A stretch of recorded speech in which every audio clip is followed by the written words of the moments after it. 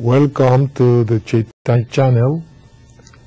As we have now our Bhakti Yoga program, we are supposed to read from the Bhagavad Gita as it is today, but because we are celebrating the appearance day of a great holy person, great spiritual master from India, His Divine Grace Bhaktisiddhanta Saraswati Thakur Maharaj. He is the spiritual master of our own spiritual master, which you was already seeing in the screen, chanting and walking. Actually, he came to America in 1965 on behalf of his spiritual master order to preach the Krishna consciousness movement all around the world. Actually, this movement is not a sectarian religion or faith or belief or philosophy. Actually, it's the natural tendency of every living entity, because according to the Vedic teachings, we are all eternal spirit souls. I will quote a Sanskrit verse from the Bhagavad Gita as it is, which says, Dehinosmin yata dehe komaram jovanam jara tata dehantara praptir dhiras tatra namojat. The translation of that, and this body, we are the soul, different from the material body. This body is going through different changes. So at the time of death, the soul passes to another body. So a sober person doesn't become bewildered by such a change.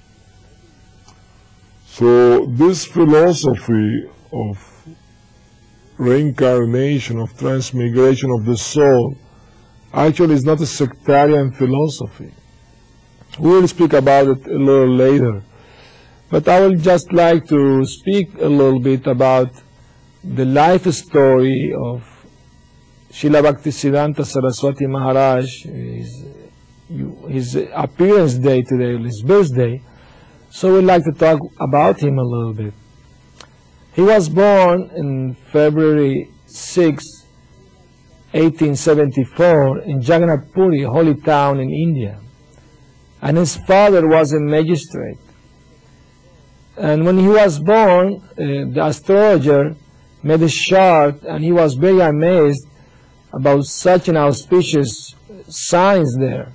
He said that this child will be a great teacher of humanity, and he will teach the highest goal of life, which is to love God and serve Him. So that came true later on. But when he was 7 years old, he learned by heart all the 700 verses in Sanskrit of the Bhagavad Gita, and he also could explain them very nicely.